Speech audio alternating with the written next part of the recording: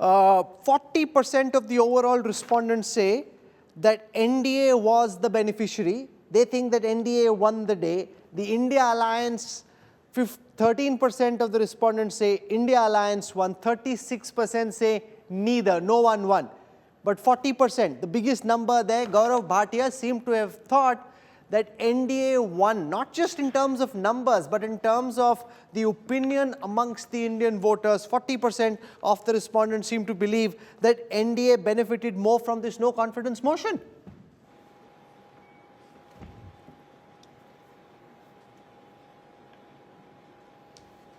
Gaurav, Bhatia. Rahul, can I come in? Yes, the question is to you, so you must. Yeah, thank you. Rahul, for a moment I thought that Rahul Kanwal as an anchor thinks that NDA under the leadership of Narendra Modi ji is so well positioned that you don't even need to go to the BJP spokesperson. And you know the outcome of the 2024 elections, where we will again have a huge victory over the so-called INDIA, the Ghamandia. But I must say this, I'll come to your question as well and the survey that you have posed. Let me make it very clear, nothing is divided. India is firmly standing behind Shri Narendra Modi ji, and there is a reason. Narendra Modi ji, when he spoke on the floor of the House, he was statesmanlike.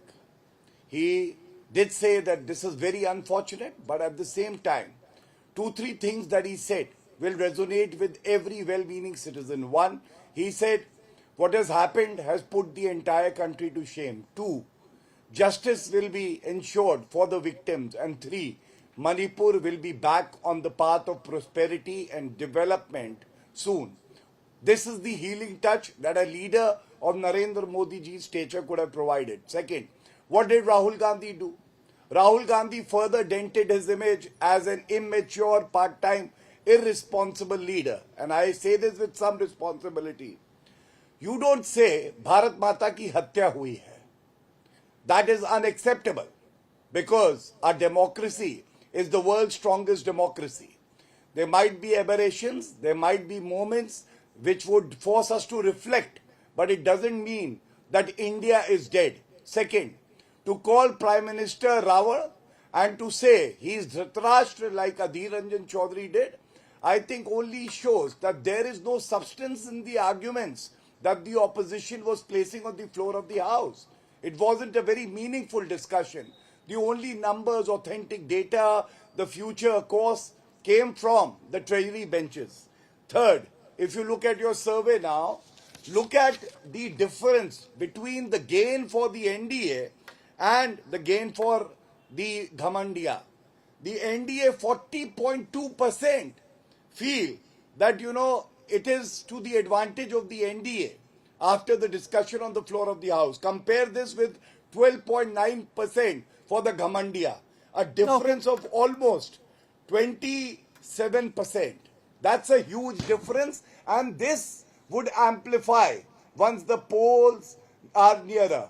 Because people of India feel that Narendra Modi ji is that one leader who will take the country forward. So I want to come to the next question, which is which leader benefited the most from this no confidence motion? Because this was really an opportunity in the view of the Congress leadership for Rahul Gandhi to hit a few punches and to up his political stock. Did that succeed? So this is the data from the Sea Water poll. Who benefited from the no confidence motion? 48% of the overall respondents say Prime Minister Modi was the biggest beneficiary. 20% of the respondents say Rahul Gandhi was the biggest beneficiary. Amit Shah at 6, Gaurav Gogoi at 4, and then you've got Smriti Irani at 1%. So, Yashwant Deshmukh, it's very clear from your data that 50% of the respondents seem to think that Prime Minister Modi was the biggest beneficiary. Rahul Gandhi at 20. How does this compare with his overall popularity rating? I think this is pretty much in line with the overall tracker ratings that we have been moving on. If you will add Amit Shah numbers and, Amit Shah number and Smriti Irani and other BJP numbers with the Prime Minister. I think this is where his ratings in the 40s and the 50s, they continue to be. And same goes with Rahul Gandhi ji, that, his ratings in the 20s, that they continue to be. I think he has repaired a lot of his ratings after, Bharat Jodo Yatra and Karnataka victory. And even if this parliament session is included, I think the contrast is looking big between Prime Minister and Rahul Gandhi, no doubt. But as far as Rahul Gandhi's personal ratings are concerned, I think he has repaired them a lot from the drastically low rating that went down in 3 years after No, but Rahul 2019 Srivastava, there are verdict. two ways of looking at it. One, of course, his stock had fallen to the bottom of the barrel and therefore he's now come up a little. But there still is a gap of day and night between the Prime Minister and Rahul Gandhi in terms of where they stack. So it really depends on whether you want to see this glass half empty or half full. He's still a mile away from matching the popularity of the Prime Minister or coming anywhere close. Rahul, if you see the first 3 to 4 points which we have taken, one, yes, there is a Narendra Modi image factor, very critical. Then also, it has got the factor that among NDA voters, Modi enjoys such a wide popularity that it takes away, if you cut out the averages, then you have Modi very popular. But I think point one, majority don't agree that the confidence motion was needed. The second, I think if you see a story also emerges that the opposition failed to amplify its own agenda.